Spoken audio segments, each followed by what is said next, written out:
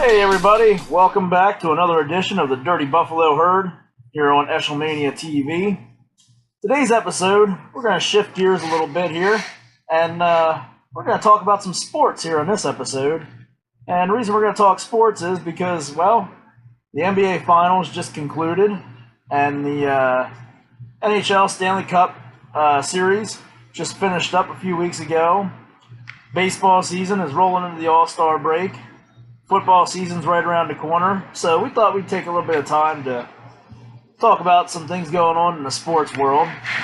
And one of the reasons why I wanted to talk about this is because, like I just said, the Stanley Cup Finals and the NBA Finals, that both of those series just came to an end. The NHL season came to an end. The NBA season came to an end.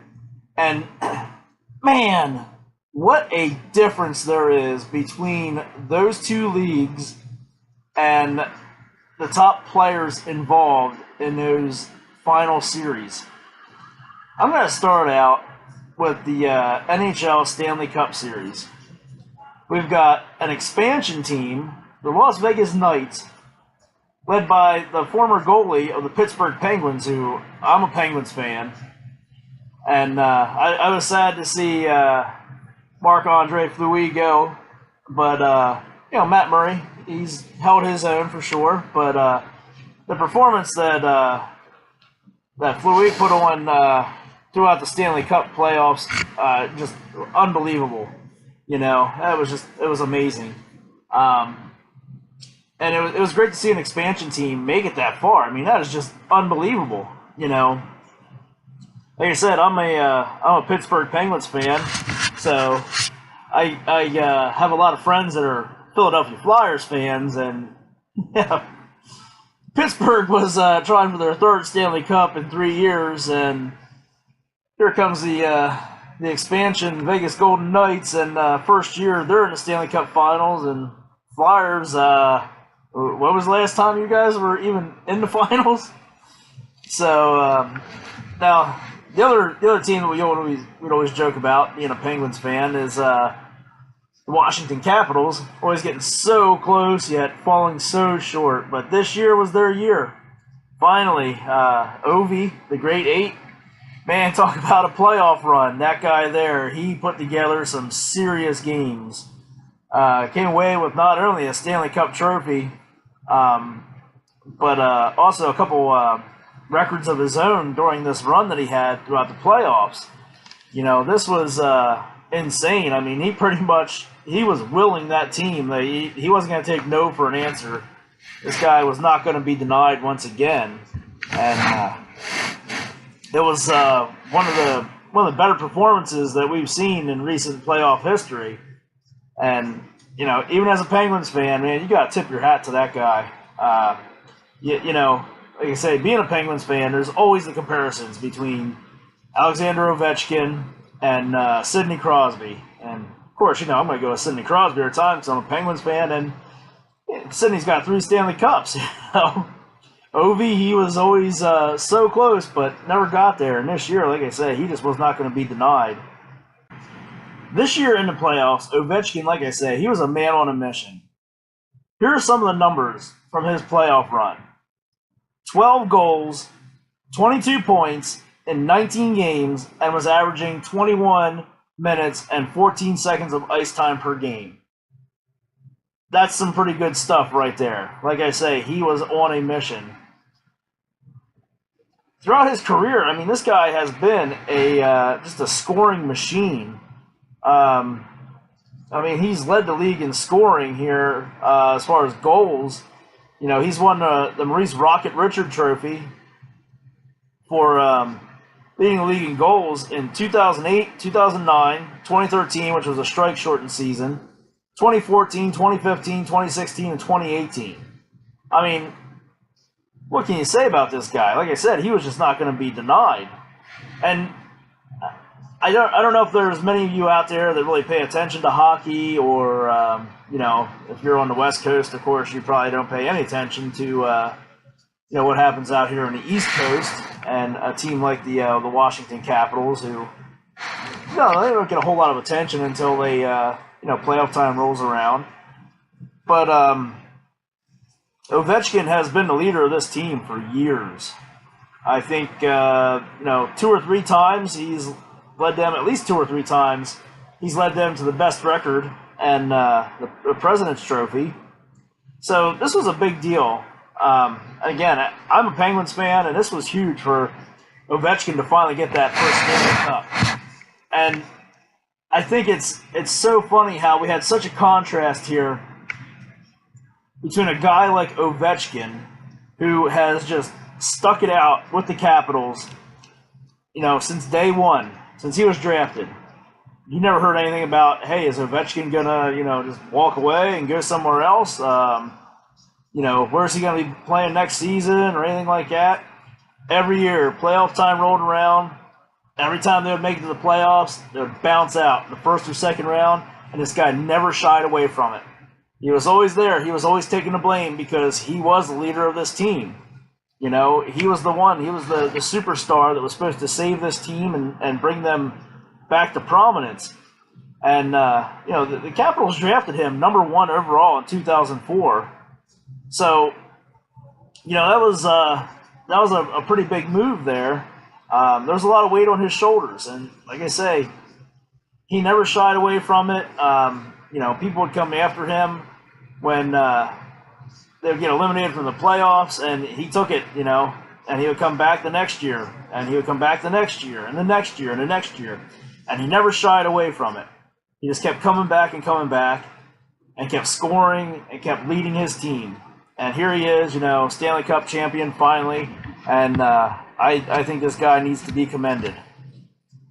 On the other side of this, and this is why Ovechkin needs to be commended so much for sticking it out with his team and finally leading them to a championship and not walking away, not hanging his head, not blaming his coaching staff or his other teammates or anything like that, is because over in the NBA is just, that is a total shit show. I mean, I struggle to watch it. I watched it a couple games here in the playoffs because the kids, they're basketball fans and stuff, and so I tried, and boy was it ever a struggle. I cannot stand LeBron James, and I'll tell you why. This guy is the exact opposite of Alexander Ovechkin. This is the guy that wants to take his ball and just bounce out of town first chance he gets. He wants to blame everybody else because, according to him, he's the greatest player on the planet. Okay, LeBron, but last time I checked, Michael Jordan's still living here on Earth. Magic Johnson still lives here on Earth. Larry Bird still lives here on this Earth. You're pretty far down the list. I don't even know that you're the best player actually playing today. I think I would have to put Steph Curry above you, or I don't want to say Kevin Durant because I think he's about the same level as LeBron James as far as just how he handles things. We'll put it that way. But so anyway, you had the Stanley Cup Finals with Alexander Ovechkin and everybody. Is this going to be the year? Oh my God, they finally made it to the Stanley Cup Finals. Is he going to make it this year? Is this going to be it? Is this the year that he finally takes home the Stanley Cup trophy? In the NBA, nobody cared who was going to win that. Nobody cared who was going to win that championship because everybody was just so worried about where's LeBron James going to be playing next year. This is the guy that puts the I in team right here. Oh man, that is what, this guy is not a team player. This guy is not loyal to anybody but himself. You can argue all you want about it, but he's proven it time and time again. Just like Alexander Ovechkin, he was drafted number 1 overall by the Cleveland Cavaliers. And he took them to the playoffs. He even got them to the finals that one year against San Antonio. And then what happened? First chance he got, he was out of there. Took his talents to South Beach. Remember that? Made a big spectacle of it, all that stuff, the big ESPN special, and yeah, what a joke.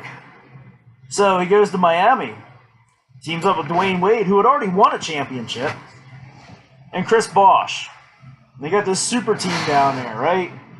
What happened first year? They faced the Dallas Mavericks. Yeah, lost NBA Finals. Dallas Mavericks, Dirk Nowitzki, put them guys to shame. He finally wins the title there with the help of Bosch and Wade and, a couple other role players. Then he comes back to Cleveland. Cleveland welcomes him back after they burn his jerseys and cussed him and, booed him and all this stuff for leaving the first time. He comes back and they're all in love with him, This is the same thing as some high schoolers, or what, that a guy and a girl that gets together and the girl wants the ring and the guy's like, maybe, yeah, nope, I'm out of here. Goes and gets engaged to another girl and then breaks it off and then comes back and gives the same ring to the first girl and they think that they are somebody now and it's going to last forever, and what, 2-3 seasons later, he's out of there again, off to Los Angeles now. Yeah, you're a real team player, LeBron. Yeah, get this guy out of here, bring this guy in. You need to bring in this guy to support me, and this guy, and bring in this coach, and all this, other crap. And even there, at the end of the NBA Finals, that last game, excuse me, it still had to be about him. Okay, you're injured, right? You're not going back in that game. Time is running out. You're done. Sit there on the bench and suck it up with your teammates for at least a little bit, till the game is over. Then go get the attention you need and all that stuff. No, he's got to walk out with, 4 minutes left, something like that? Got to walk out, make a spectacle, for the whole crowd to wonder what's going on with him. And is this the last time we'll see LeBron in a Cleveland Cavaliers uniform? Who cares? They're better off without him. There, I said it. I'm so sick of this guy being compared to all these other great players. I grew up back in the 80s and 90s, and yeah, when I was a kid growing up, I would watch basketball and football and baseball and all these sports, But to try to compare LeBron James to Michael Jordan is a freaking joke. The guy would have never lasted playing in that era. There is no way that guy would have lasted playing against the players like Charles Barkley, Charles Oakley, Karl Malone, Dennis Rodman, Bill Laimbeer, guys like that, jamming up the lane on him, taking the dirty cheap shots and stuff. That's what Jordan dealt with all the time. LeBron cries about everything, even the announcers. Chauncey Billups called him out for being a crybaby, right there during the NBA Finals. This whole league now, the whole NBA, it's so watered down compared to what it used to be. It's kind of like the NFL. You get a penalty and you get a foul called on you for the least little thing compared to what it used to be back in the back there in the 80s and 90s. It blows my mind how people are so up his butt and want to praise him that he is so great. To me, a guy like Ovechkin that stuck it out with his team and never walked away, never gave up, and was always there taking the criticism, and always there, when people were bashing his team for being bounced out of the playoffs again, he was there. He never backed away. He never ran off somewhere else to win his championship. He stuck it out right there with the team that drafted him. To me, that says a lot about his character. And like I say, I'm a Penguins fan, and that's a real bad relationship there between Penguins fans and Capitals fans. But I would take a guy like Ovechkin on my team any day before somebody like LeBron. And what cracks me up about LeBron is he says that, his political views, he means too much to society for his opinions not to be heard and his views not to be heard. Here we go again.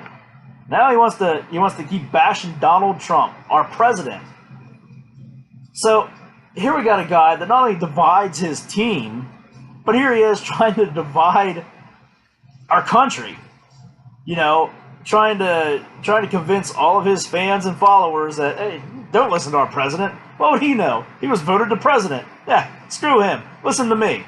I'm telling you now, he's not, no idea what he's doing, and I'm the guy, because I can shoot a basketball. What a joke. Come on. And here's what cracks me up about him.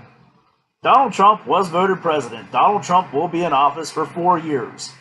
If LeBron James ran for president, he could probably win on a popularity vote because he's got so many fans. But you know what's going to happen? Midterm elections are going to roll around, and the House is going to change, and that'll be it. It won't be his players just like his team. It won't be his coach. So he'll be bouncing right out of there. He'll go be president of another country come midterm elections, just like he's done to Cleveland twice now. Why? Because it's all about him. Screw everybody else. It's all about him. So, now, I mentioned here about how Ovechkin went on this, ridiculous run in the playoffs, and, he put up some huge numbers there, and he was just not going to be denied. But everybody wants to keep going on and on about how great LeBron is and all this stuff. And again, like I say, they keep comparing him to Michael Jordan, and it is just no comparison.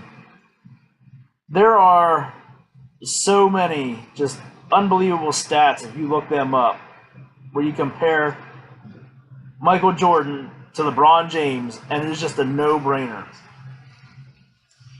And, the most obvious one is, of course, like I said, LeBron never survived playing in the NBA that Michael Jordan played in. So, here's a couple little stats that, go along with what I'm saying to help prove it as far as who was better, LeBron or Michael Jordan. How about this one? Scoring titles. LeBron James has won one scoring title in his entire career. One time he led the league in scoring. Michael Jordan, 10 times. 10 times Michael Jordan led the league in scoring. And now I know some of you are going to say, oh yeah, well Jordan might have had those 10 scoring titles and LeBron only has one, but that was in the regular season. That doesn't count. LeBron is so much better in the playoffs. No, he's not. Not at all. Michael Jordan owns a record for having averaged over 40 points per game in 5 NBA playoff series. And he almost had a 6th one. LeBron James, he has never averaged 40 points a game in a playoff series. In fact, LeBron James is a terrible shooter in the playoffs. He actually has 4 different series that he played in where he shot less than 40% for the entire series. Imagine that. Yeah, in baseball, a 400 average is pretty good. In basketball, if you're shooting 40%, it's terrible. How about some more playoff numbers here? How about when the game is on the line, and those shots really matter? How about that, Forget about the points per game. How about the big one just at the end, to tie it or win it? In playoff games, to win or tie with 25 seconds or less, Michael Jordan for his career is 10 of 19 for 53%. LeBron James, 8 of 23. That is 35%. How about a finals game, win or tie with one shot, 25 seconds or less? Michael Jordan, 4 of 8, 50%. LeBron James, 0 for 6, a big goose egg. Yeah, tell me again now about how great LeBron is in the playoffs. Not so much. Michael Jordan shot over 50% in 3 NBA Finals, 91, 92, and 93. LeBron James did it twice, in 2014 and 2017. Michael Jordan never shot below 40%, but LeBron James did it twice in the Finals, in 07 and 2015. Michael Jordan never, ever shot under 30% in the Finals. LeBron James shot under 30% twice in the Finals. 2007 and 2007 and 2012 he did it. How about this year when LeBron James told everybody that he's the best player in the world, and then went out and went 13 of 32 in Game 6 against the Warriors? How about that? So how about we talk about championships? Since we're talking about the NBA Finals, Michael Jordan has 6 NBA titles, 6 NBA Finals MVPs. 6. Half a dozen.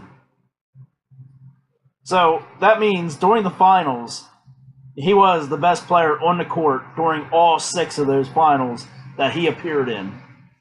He is 6-0, undefeated.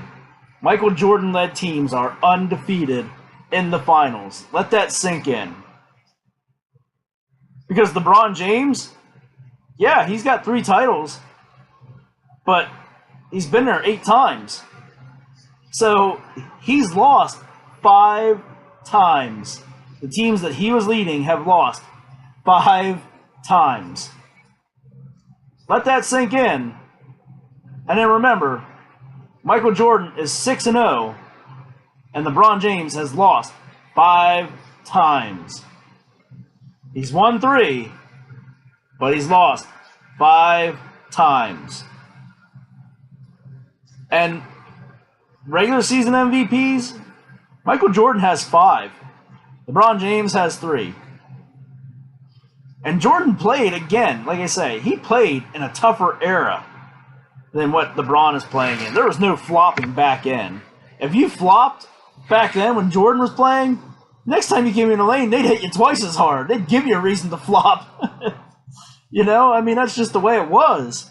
You were taking elbows from Oakley, and you were taking elbows from Karl Malone, and Charles Barkley just throwing his weight around. I mean, there was no getting away with the kind of stuff they get away with now. Is LeBron James a good player? Yeah, he's a good player, but I mean, he's just overrated. You know, he is, boy, what's a good way to put this? He is the Kylo Ren to Michael Jordan's Darth Vader. It's just 2 different eras, and one is definitely not the same as the other. Michael Jordan, if Michael Jordan was in his prime and he was playing in the NBA today, you wouldn't even be talking about LeBron James. You wouldn't be talking about Kevin Durant. You would still be talking about Michael Jordan, and his numbers would be twice what they were from the time he was playing. I mean, it would be unreal. If he didn't have to, you know, go through the lane with, you know, guys hitting on him and things like that, and teams double and triple teaming him, come on. I mean, it's unreal. There would be no comparison. There is no way with the way LeBron James flops, and like I said, even when other players or former players like Chauncey Billups are calling him out for crybabying and flopping, it's that obvious. There is no way he would have survived back in the 80s and 90s when Jordan played, or back when, you know, the early 80s with Magic Johnson and Larry Bird, the way those guys were getting tossed around, and the way they played back then, you know, just, it wouldn't happen. That guy would have been done. I don't care, you know, you say, oh, well, he's, you know, this tall and he weighs this much and all that stuff. No. He is not gonna, he would not be going down through the lane with Charles Barkley standing there. He would not be getting by Karl Malone. Oh, even, you know, even in the 90s, Dikembe Mutombo, you know, guys like that standing there in the lane to block. I mean, it's just amazing, and I get it. You know, a lot of these people that are praising LeBron James, they didn't see Michael Jordan play. At least not the real Michael Jordan. They might have caught, you know, in their early years, they might have caught, you know, the Michael Jordan with the Wizards thing, but no. They didn't see Michael Jordan with the Chicago Bulls. I don't know that LeBron is even in the top 10, you know, all time, because you got Jordan, you got to have Larry Bird up there. I would have to put Magic Johnson in there somewhere. Kareem Abdul-Jabbar, just because of the fact that he, you know, he's the all-time leading scorer and he can just score from anywhere. You know, and then you got guys like Wilt Chamberlain. You got to have Wilt up there. I mean, anybody that scores 100 points in one game and, you know, just scores at will like Kareem Abdul-Jabbar did, you got to have him on there. Bill Russell and his handfuls of championships that he won. He's on that list. I just don't know. You know, there's a lot of guys that I think come before LeBron. You know, you might be able to put him down there with like you might be able to put him with Charles Barkley, even though LeBron has won a couple championships. You know, the fact that Barkley hasn't, I think that kind of makes them even. Maybe LeBron's a little bit ahead of Barkley. But, yeah, I mean, then you got guys like John Havlicek, Jerry West. You know, you got to have them up there on the list above LeBron. Man, yeah, and the list just keeps going. I'll tell you, another player that I would put against LeBron from more recent era, that's Tim Duncan. Tim Duncan just walked off into the sunset. There was no, you know, hoopla or anything like that. The guy was just fundamentally sound. He kept to himself. He didn't complain. He just won championships and scored. You know, that's all there was to it. Tim Duncan was an amazing player. You know, he's a role model. You didn't hear him complaining. You didn't hear him at press conferences, you know, bitching that he needed more money or anything like that. And the guy was he was a center, you know, playing power forward, and would still go out behind the arc and shoot 3-pointers whenever he felt like it. Just unreal. Of course, Shaquille O'Neal, you'd have to put him ahead of LeBron. Kobe Bryant, you got to put him ahead of LeBron. So, yeah, that's more than 10 guys right there. So, yeah, I don't see LeBron, you know, forget this being the greatest of all time. He's not even in the top 10. I don't care what numbers you want to use or anything like that. You compare era to era. You compare the game to the game back then. And you compare the real stats. And he just doesn't fit in. Now, Ovechkin, on the other hand, get back to him. That guy there, you can take him. You can put him back in the old days with, you know, a Gordie Howe or back with the Broad Street Bullies, you know, the old Philadelphia Flyers. And that guy would still be a machine, you know. I can see him playing against, you know, guys like Mark Messier and still holding his own. You know, I don't think it would really faze him. They have, you know, a little bit better safety equipment right now in the NHL than they did back in the old days, but I really don't think that would affect that guy. Ovechkin is just, he's a powerhouse, man. He's got one hell of a shot, and he's a good skater. He's good with the puck. You know, I think he could fit into those older generations. I think he's a guy that you can compare numbers to, and if you wanted to put him back in those days, yeah, he would still hold his own. I don't think that would happen with LeBron. I'm almost positive it wouldn't. Kevin Durant, same thing. You know, I wouldn't. There's no way that I could see Kevin Durant going up against a Karl Malone in his prime, or a Charles Barkley in his prime, or a Hakeem Olajuwon, or you know, even battling against somebody like Dennis Rodman. I just couldn't see it. It just wouldn't happen, you know. That's the reason why he's with the Golden State Warriors. He just wasn't enough to do it on his own. You know, I would take Steph Curry over LeBron and Kevin Durant, you know, if I was starting a team. And I say that because Kevin Durant has that loss, you know, to LeBron James and the Miami Heat in the finals. But Steph Curry, he led that Golden State team to a win over LeBron and the Cavaliers that first year when LeBron came back to Cleveland. He didn't have Kevin Durant on his team, and they still won. You know? So if Steph Curry could win that ring without KD, and Durant couldn't win the ring without Curry, what does that tell you? You know? Yeah, I just don't get that whole thing with the NBA. I don't understand why it's so important where the hell that guy is going to play next. You know? To me, LeBron James is basically like the Alex Rodriguez of basketball. You know, Alex Rodriguez, it was all about him. I'm going to take the biggest contract I can get, and I'm going to run. I'm not going to, you know, stick around with any team. I'm not going to be a part of the atmosphere, the culture, anything like that. I'm going to chase the money, and then eventually a championship. I'm going to pad my stats and things like that. And that's the same thing LeBron's doing. Forget all the off-the-field shit, like the, you know, the steroid allegations and everything from A-Rod and all that. Just, I'm talking about the mentality of just, it's all about me, pay me, I'm out of here. You know, that's the same way LeBron has been since the first opportunity he got to run. And again, this is why I would take somebody like Ovechkin over a player like LeBron, you know, to be my teammate. Because somebody like Ovechkin, he's a real teammate. LeBron's not. You know, he would have turned Kevin Love out of there if he could have. I mean, hell, how many coaches did he get fired?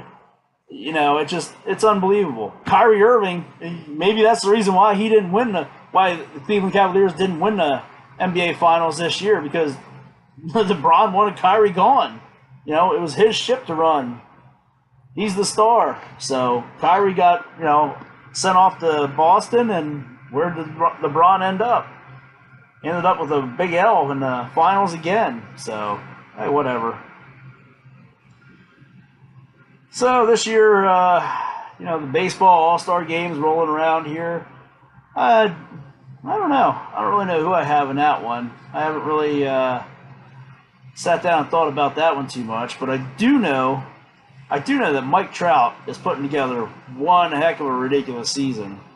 That guy is just absolutely on fire this year. That guy, I mean, for years, he has just been, he's been putting up huge numbers, and he's been doing things that we've never seen before. And, you know, I think a lot of it is we do see the numbers, and we do hear the stats, and we're just afraid to buy into it, because for so long we've been fooled. You know, somebody puts up these ridiculous stats over and over again, or even like a year or two in a row, and what happens? Sooner or later comes out that they were on some kind of performance-enhancing drug, or they were cheating somehow.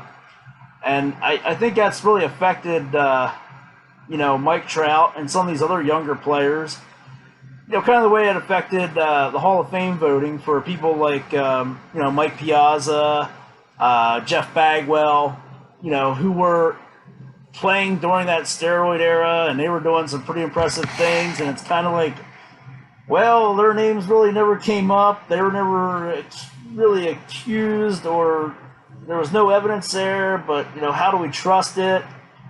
And I think it's time we buy into this, and we actually, you know, start believing and start paying attention to what Mike Trout is doing, because it's some pretty unbelievable stuff that we may never see again. And some of the stuff that some of the numbers he's put up, we haven't seen before. And that really says a lot. That guy is just amazing. I don't know how he does not win the MVP this year, but you know, anything can happen. But yeah, he's the odds-on favorite for me anyway. You know, him and Bryce Harper, they're always getting compared to each other, but he's struggled a bit. He's been injured a bit, you know, here and there throughout his career, but, you know, if I was starting a team, I'm taking Mike Trout over Bryce Harper for sure. Another player that you always hear mentioned with those guys is Manny Machado, the Baltimore Orioles. I'm an Orioles fan, so yeah, they absolutely sucked this year. Was so disappointed they didn't come away with anything better for pitching this year during the offseason. You know, with some of the names that were out there, I just couldn't believe it. But at any rate, they're doing terrible, so there's a good chance that Manny's headed out of town. Which I'll be surprised if he makes it through the season as an Oriole. You know, it's gonna suck to see him go, but at the same time, you know, they kind of got to cash in on that value while they can. Unless he really wants to stay, and he's gonna want to come back for less money, because the Orioles can't afford to pay him the big money because they're going to have to sink some money into pitching next year for sure. And they've got to figure out what they're going to do with Chris Davis and guys like that as well. But, you know, it's pretty much a no-brainer that Manny Machado is going to be gone. And I think any team that lands him is instantly going to improve. You know, that's for sure. I mean, this guy, just year after year, he has just steadily improved. And, you know, when he first came up, he was a great defensive player. And, you know, before long, he just vastly improved offensively. And, you know, he was a key part of some of their better seasons they've had here over the past couple of years and the big turnaround that they've made. But, again, without pitching, they're just not going to make it anywhere. And, of course, playing in the division they're playing in with the Boston Red Sox running away from everybody. And then New York Yankees and their killer lineup that they got. You know, Mike Judge, he's a big heavy hitter. And then they brought in Giancarlo Stanton this year. And so the Orioles are going to have to figure out what they're going to do next year to be able to keep up with the Red Sox and the Yankees. Toronto's up and down too, just like the Orioles. I don't know what it is there, but the Rays, I don't have a whole lot of faith in the Rays anytime soon. Yeah, they win some, they lose some, but ever since Joe Madden left town, I can't put any stock into them, you know. But I think Houston has, of course, a good team again this year. They won the World Series last year, and I think they're going to be right there in it again this year. You know, they're going to be a team to reckon with. Of course, the Dodgers. You know, when you got Clayton Kershaw, you can never count them out. There again, this is a guy, you know, along the same lines of Mike Trout. The stuff that Kershaw has done in his career is just unbelievable. You know, that is a power pitcher. Like, you know, this is a guy doing the kind of stuff that we saw from, you know, like a Randy Johnson or a hopped-up Roger Clemens. Fingers crossed and knock on wood, so far, you know, we haven't heard any there's, you know, allegations or anything about Kershaw. So I think, again, this is another guy that it's time that we actually start believing in him and, you know, realize that everything is on the up and up there and actually appreciate the numbers that he's putting up and just watching that guy pitch. It was a toss-up for me last year during the World Series because after everything Houston went through, you know, you wanted to see that town, that city, you know, have that victory and you know, have that moment, you know, after the hurricane damage and everything. It was a feel-good story that you had to pull for them, and because, you know, 2005 was the first year they made it to the World Series, and they lost to the White Sox, so here they were, finally back in it, and it was tough to root against them, but at the same time for me, it was tough for me to root against Clayton Kershaw because I've been waiting for so long for that guy to get, you know, into the World Series and be on that big stage to see what he could do. And he did pretty well. I don't think he did all that bad, you know, for the numbers he put up through the regular season and the way they rode him through the playoffs. You know, he still held his own. But that rotation that Houston had, I don't think that it would have mattered who else you had out there on the Dodgers side. They just didn't have enough arms to compete with those Houston arms. And that Houston offense, boy, did that ever come to life. Just unbelievable. It was a pretty good World Series, I thought. You know, it was pretty up and down, pretty well back and forth, pretty even matched. I don't know if we'll get a repeat this year or not, you know, especially the way Boston's playing, but we'll see. Football season is going to be starting here in a little while. And, you know, the Eagles, they're still pretty loaded this year. They had a lot of players under contract from that Super Bowl team last year. So they're sitting pretty good. They made some decent moves. They traded a few players here and there and, you know, let a couple guys go. I think they're going to do pretty well. I I don't know if Dallas is going to bounce back this year. New York, I think New York is definitely going to do a lot better this year. They drafted Barkley, and that is going to be a huge, huge weapon for Eli Manning right there. You know, I'm surprised that that he wasn't taken #1 overall. I really am. But yeah, Saquon Barkley, yeah, he's going to make a big difference to that team in New York. They didn't have much of a running game last year. Hell, they didn't have much of an offense, period. But, you know, you got a guy like that in your backfield, and whether Beckham's there or not, you know, he's another guy that if he walks, he walks. He's a good receiver, but there's still quite a few of them out there. So I don't know if you really got to pay him all the money that he thinks he deserves, but I think the Giants will improve. I think the Cowboys will bounce back this year. I think, you know, if Ezekiel Elliott is there every game and they don't have that whole ordeal hanging over them and they can plan on him being there every game, they're going to do better.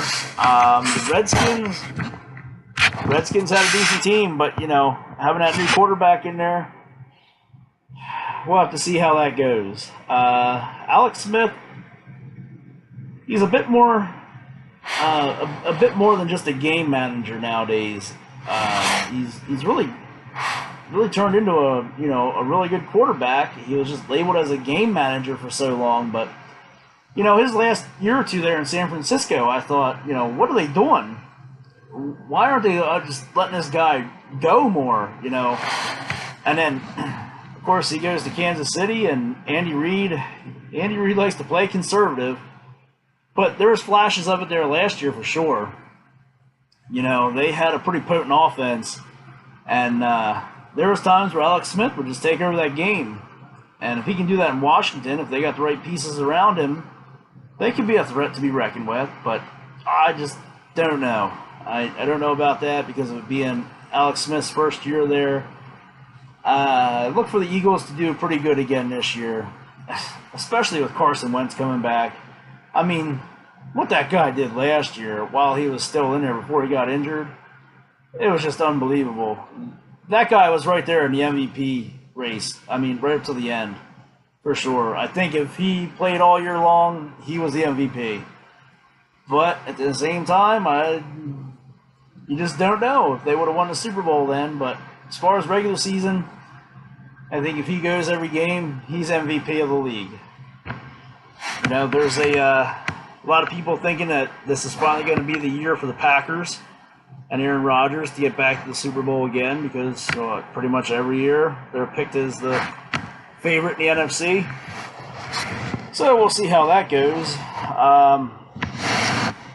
A lot of questions up there in Minnesota about what they're going to look like this year. They had a really good team last year, but, you know, several changes through the offseason, and we'll see how they do. I don't know. That division there, I mean, I really think it's going to be it's going to come down to the Packers and the Vikings. I don't know if the Bears are going to hang in there enough. A second-year quarterback this year, so that might help them out a little bit. But I think it's pretty much going to be, you know, as long as Aaron Rodgers stays healthy, the Packers are gonna have a pretty easy time dealing with everybody in that division. NFC West, that one could be a tough one. I don't know if the Rams are going to hang in there again this year. Seattle, you just never know. I know they lost Sherman. They got rid of him. And, boy, that's going to be a tough division there. The Cardinals have a bunch of changes because Carson Palmer's gone. Maybe Johnson, I guess he'll be back this year if he's back at full capacity. I mean, he was the #1 player last year in so many fantasy leagues, and then, boom, like that. What was the first game? Out for the season. So we'll see if he can come back to full strength and full speed. That's a tough one here. The Rams lost a couple key players on offense and defense, so I don't know if they're going to be as good this year. But San Francisco,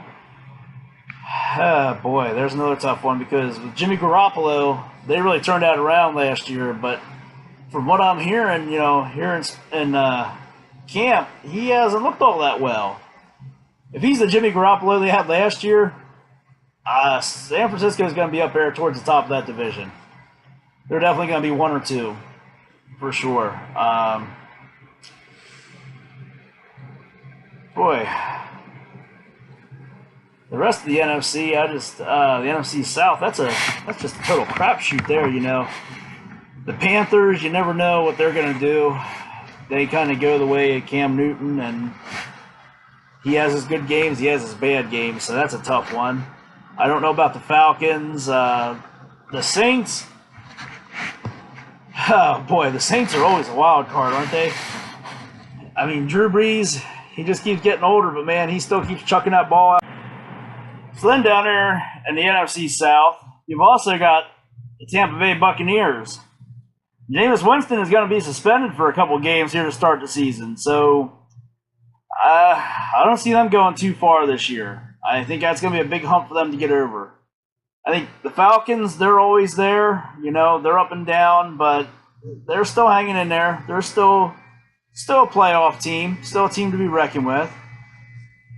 You switch over to the AFC South, and there's a lot of people out there that are predicting that the Jaguars are going to be the team to beat in the AFC this year.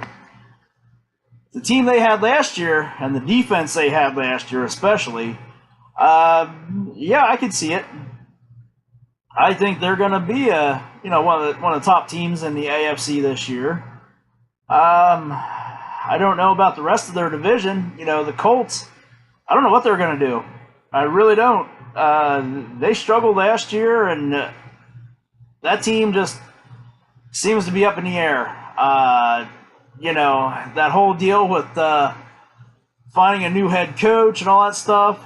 Hopefully, Frank Reich, gets that thing turned around. Yeah, he was a pretty valuable part of that Eagles Super Bowl team and everything. But yeah, you never know. I don't know what's up with Andrew Luck. If he'll be back this year, they're going to have to rely on Jacoby Brissett or who. Tennessee, you got to watch out for Tennessee if Marcus Mariota's healthy. They had a pretty good playoff appearance last year. They did pretty well last season. Snuck in there as a wild card. Boy, I don't know with that division. It's always tough. Because then you got the Houston Texans. And what do you do this year? How do you go with the Texans? Where do you put them at? Because if J.J. Watt is back healthy, along with Jadeveon Clowney, that's a hell of a defense right there. I don't care who else is on that defense. Those two right there. I mean, if J.J. Watt is out there, he is going to give you all he's got and then some. That's a duo right there that has led them to the playoffs. Or, J.J. Watt by himself, has led that team and that defense for how many years. But you get Deshaun Watson back this year, and that team could be the ones that, kind of bump the Jaguars out of place there. They would be a team to be reckoned with if they have all their key players out there on that field and healthy. Put it that way. If they've got all those pieces in place, they're going to go pretty far this year, I think. AFC West, boy, isn't that one always a crapshoot too? We'll see what John Gruden does. With him back at the helm for the Raiders, that's a really tough one to pick there too, because he's been in the booth and he sounds like he knows what he's been talking about. But we've seen this a lot with coaches that have been out of the game for a couple years. When they come back, it's just not the same, and the game has passed them by. That's why I always cringe when I hear somebody talking about Bill Cowher coming out of retirement to be a coach. I just don't think he could do it. We saw it with Joe Gibbs when he came back, to the Washington Redskins. It just didn't work out all that well. Now it worked out for Dick Vermeil when he came back to coach the St. Louis Rams at that time. But Then again, he had quite the offensive coordinator in his pocket too. So this is going to be very interesting to see how things go out there with the Raiders. And then they got their big move coming up. But then you got San Diego, which I just don't know. They're another team that I don't know how to go with them or against them. Phillip Rivers, he's getting old. That's all there is to it, Still a decent quarterback. He just doesn't have very many pieces around him to help him win these games that, they let slip right out of their fingertips, right through their fingertips. Kansas City. Kansas City's going to be going with their young quarterback now. But Kansas City's still going to be a pretty good team. That's for sure. They're losing the veteran Alex Smith at quarterback, but they still got a hell of a running back. They still got a heck of an offense, period, Kansas City's going to be pretty good this year. Denver's another one. Denver's going to be a big toss-up there. Is that defense still going to be able to carry the team? Is it still going to be as good as it was last year and the year before? I'd like to say Denver's going to be good this year, but I just don't know. So I'm going to stick with Kansas City in that division. That's going to be my safe bet there because there's just too many variables from the Raiders and the Broncos. I don't see San Diego making a run as the top team in that division. I just don't think they can do it. So I think it's down to the Raiders, the Broncos, and the Chiefs, and I'm just going to go with the Chiefs because they didn't lose a whole lot from last year, and they were pretty dominant, several games there last year. The Raiders again, though, Derek Carr, they got a pretty good defense. Boy, that's a tough one. I'm still gonna go with Kansas City. I'm gonna stick with the Chiefs as my pick in that division, just because I don't know what's gonna happen with John Gruden this year. Then what do we got left? We've got the AFC East. Did we go out on a limb and pick the Patriots this year? How many pieces did they lose this year? Is this the year that finally Tom Brady just breaks down? Is this finally the year that they can't just cheat their way to victory or whatever else they got to do? Oh, man. Gosh. I would love to say that, yep, this is the year that the Buffalo Bills knock them off. But, man. I was pulling for the Bills last year and they couldn't get it done. And the Dolphins, yeah, man.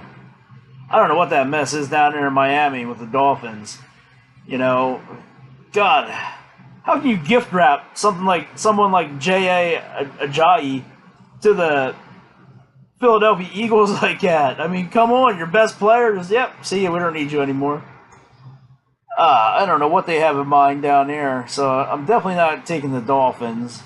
The Jets, they showed some heart last year. They were supposed to be the laughing stock of the AFC East. They were supposed to be the laughing stock of the NFL, and they didn't do too bad for what they had to work with. But hey, until somebody knocks them off, it's New England's division, so I'm going to go with New England again. Even if Brady somehow isn't in there, Belichick still keeps finding a way to win. He just keeps plugging other people in. They've won with Brady, they've won without Brady, So, yeah, I'm going to take New England in that division. And then we come to the good old AFC North. Now, I'll just put this out there. I am a Baltimore Ravens fan. I don't know about them this year. I'm a little concerned about Joe Flacco again this year, just like I was last year. That rookie quarterback, I don't know if he's going to be ready for it. But we might see a little bit more of him than than what they are expecting and what they're letting the media know. There wasn't much of anything on offense last year. They sputtered. They had a tough time getting going. And the defense, at times, they were too cocky and they let big plays happen. Man, if they could have just stopped the Bears last year in that overtime game, if Weddle would have went for the tackle instead of the ball, we're looking at a whole different outcome to that season. But, hey, it is what it is. The Ravens' defense is still going to be pretty good this year, I believe. I don't know how Suggs does it. It's kind of like Tom Brady. The older he gets, he doesn't really fall down that hill. Maybe this will be the year that he does, but the guy's still got to be reckoned with. You still got to account for him every time he lines up there on the defensive line. You got to know where that guy's at. You got to keep your eyes on 55 because he's still a nuisance, and he can still disrupt an offensive line in a heartbeat. The secondary, boy, if they can make it through a season with the secondary being healthy, wouldn't that be a miracle? Injuries have really, really plagued the Ravens over the last few years. When you lose somebody like Marshall Yonda on an offensive line that is already shaky and, dealing with so many injuries, that was tough to overcome there. But, hey, we brought in a few players this year. We'll see how they do. The Steelers, of course, are always the thorn in the side of the Ravens and vice versa. I don't know what's happening out there in Pittsburgh either. There's a lot of turmoil there, and hey, who knows if Bell will even be playing this year? He's made his threats. Hey, we'll see if he plays. Antonio Brown, can he keep up his pace? Receivers just don't seem to last that long. So we'll see how that goes. Big Ben, he's constantly throwing out there that he's just going to retire, just going to give it up. Who knows? I mean, he's got some age to him, though. He gets hit a couple times. It might not take too much to, have him out for a few games due to injury. But the thing that worries me about the Steelers is their defense. And I know that sounds kind of crazy because of them just always being known for their rugged and tough defenses. But last year they just didn't have it. It wasn't that same feel. And I think since Dick LeBeau has been gone, it has slowly just gone downhill more and more every year. After Dick LeBeau left and Troy Polamalu hung up the cleats, Ryan Shazier, he was going to be the heart and soul, I guess, of that defense last year. And, that was pretty sad what happened to him. You hate to see that happen to any player.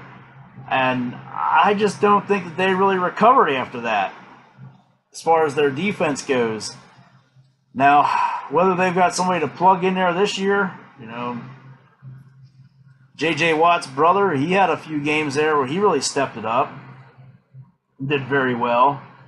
Of course, there's no James Harrison, or so we believe. I don't think he'll be going back to Pittsburgh even if he does come out of retirement after what happened there last year in that debacle. But, it's not just that I'm a Ravens fan that I just can't root for the Steelers. It's Mike Tomlin. Mike Tomlin is the reason why I cannot root for the Steelers. If it's Steelers and Patriots, I'm just not going to watch a game. I could care less who wins. I think Mike Tomlin is the dirtiest coach in the league. Yeah, Bill Belichick has been caught a couple times, but you know what? Mike Tomlin's been caught on camera too, cheating. And I'm not saying this just because I'm a Ravens fan, but a few years ago, that move that he pulled on Thanksgiving night in that primetime game where Jacoby Jones is running up the sideline after that kick, and Mike Tomlin sees him coming, steps out on the field, and then turns his back to him and says, "Oh, I was just trying to get a better view of the Jumbotron up there." and causes Jacoby Jones to have to change his route and run right into a defender. That's some pretty dirty stuff right there. Last year, the whole move over the national anthem, that was absolute bullshit. To, tell everybody, we haven't decided what we're going to do, but no matter what, we're going to do it as a team. And there's Villanueva standing out there by himself, a retired Army Ranger, standing out there saluting the flag. Did nobody on that team know that he's an Army Ranger? Did you really think that an Army Ranger was going to sit out the national anthem? Really? I mean, come on, Tomlin. How effed up is that? The rest of your team stood back there in the tunnel, but yet you told the entire media, we're not sure what we're going to do, but whatever we do, we're going to do it as a team, and you hang this guy out to dry, and then you make him out to be the bad guy. There he is, a freaking Army Ranger who went out for the national anthem, and there he is a couple days later apologizing for it. What the hell is that? This is why I have no respect for Mike Tomlin. This is why I cannot root for the Pittsburgh Steelers. Yeah, I mean, back in the day, they were a great franchise. But since Tomlin has gone there, they've become a dirty team, dirty hit after dirty hit on defense. That stunt with the Cincinnati Bengals the other year in the playoffs, that was the only way that they won that game. When Joey Porter is a defensive coach, goes out there after Antonio Brown gets hit. What the hell was Joey Porter doing on the field? And then he starts a little scuffle with Pac-Man Jones and them guys, and who gets penalized for it? The Bengals. Why? Because Joey Porter had to take a dirty shot, had to take a cheap shot at a player. The hit that they put on Antonio Brown was questionable, but it's nothing that the Steelers wouldn't have done. They've done it plenty of times. It's not a hit that Joey Porter wouldn't have made. He would have done the same thing being in that position. He would have hit a receiver just like that. Did it many times throughout his career. But why was that guy on the field? Why was a defensive coach out there after an offensive player gets injured? And why is he swinging at players as a coach? Why is that? This is what the Steelers have come to. And I just don't have much time for it. I feel bad for Ben Roethlisberger because he takes a lot of the blame. Yeah, he makes his fair share of mistakes, but this guy won you how many Super Bowls? He got you to how many Super Bowls? Yeah. He owns how many team records? This guy is hung in there in a very tough division. I mean, this guy has taken a beating, and Steelers fans are so quick to turn their back on him when he messes up or he throws an interception or something like that. But, I mean, come on. The guy has paid his dues. There's a lot of teams out there that would love to have the rings that Big Ben brought to that city. And really, I mean, Mike Tomlin, yeah, he won a Super Bowl. He got back to another Super Bowl and he lost. He did that with Bill Cowher's team. I'm not afraid to say it. Somebody else has got to, see that too, I'm sure. Mike Tomlin, after the players started leaving and contracts started expiring, Mike Tomlin hasn't done crap to put together a team of his own. And the teams that he has put together, where have they gone? Mike Tomlin can't beat the Patriots. Plain and simple. He can't beat them in the regular season. He can't beat them in the playoffs. That's all there is. Yeah, I'm a Baltimore Ravens fan. Baltimore Ravens have their fair share with the Patriots, but Ravens have beat the Patriots quite a few times now. I believe they've even beat them in Foxborough a time or two. They beat them in the playoffs, right? Yeah, not so much for Tomlin. But, who's won a Super Bowl more recently?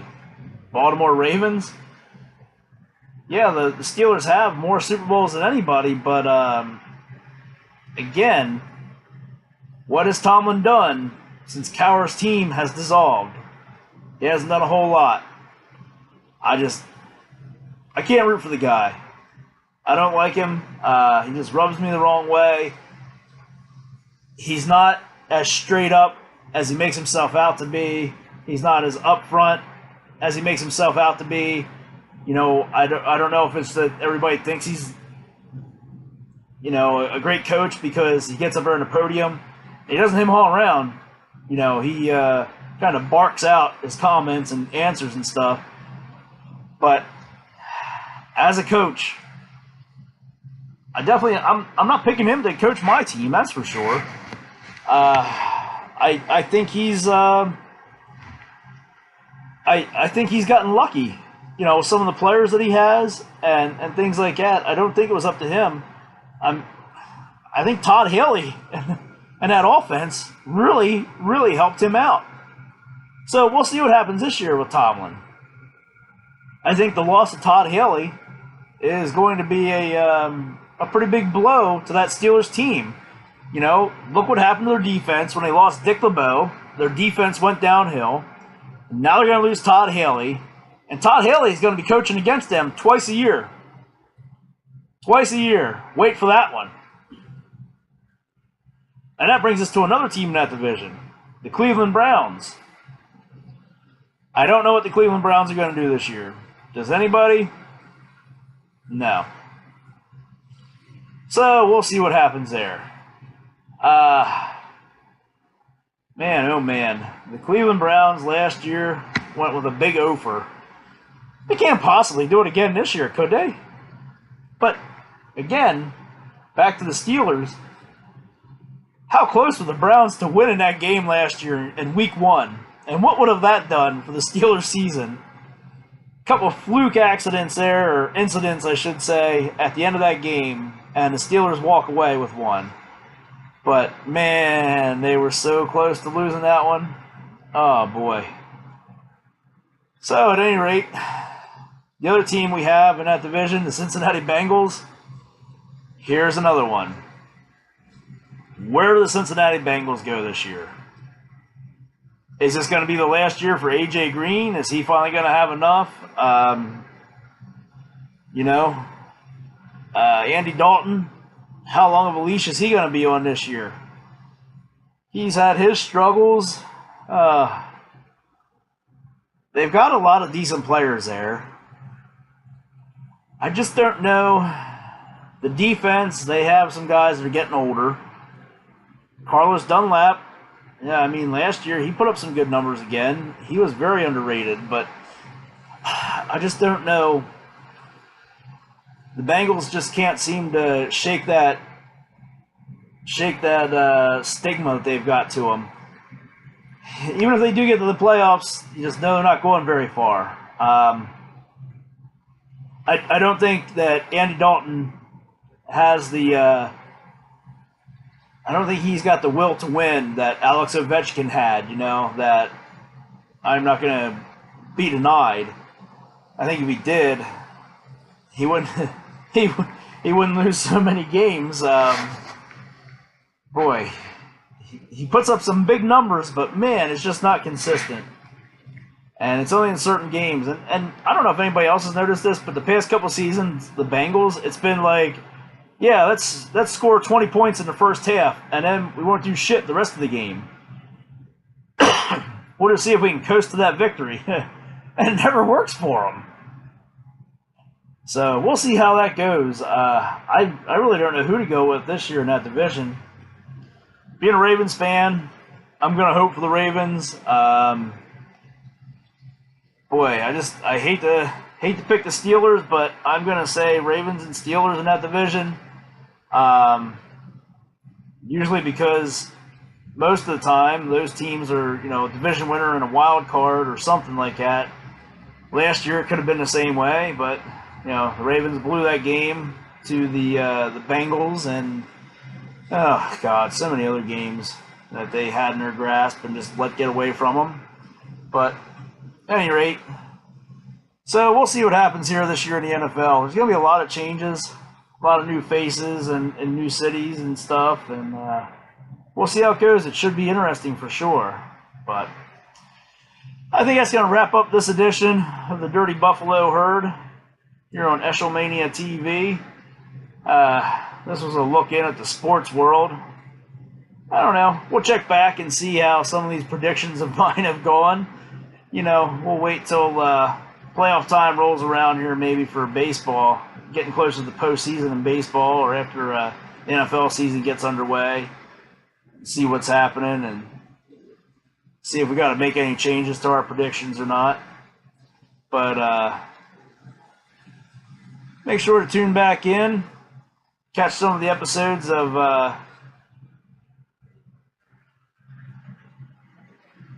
but make sure to check out some of our videos that we've got here on our channel, and catch up on some of our older episodes of Dirty Buffalo Herd. And make sure to keep your ears and eyes open for some new episodes that are going to be coming out here in the next few weeks. And if you guys have any topics you want to get into or anything like that, be sure to drop us an email, eshelmaniatv@gmail.com, or just leave some comments. That's a little bit easier to do. So I think that's going to wrap up this edition, and we'll be talking to you again soon. Have a good one.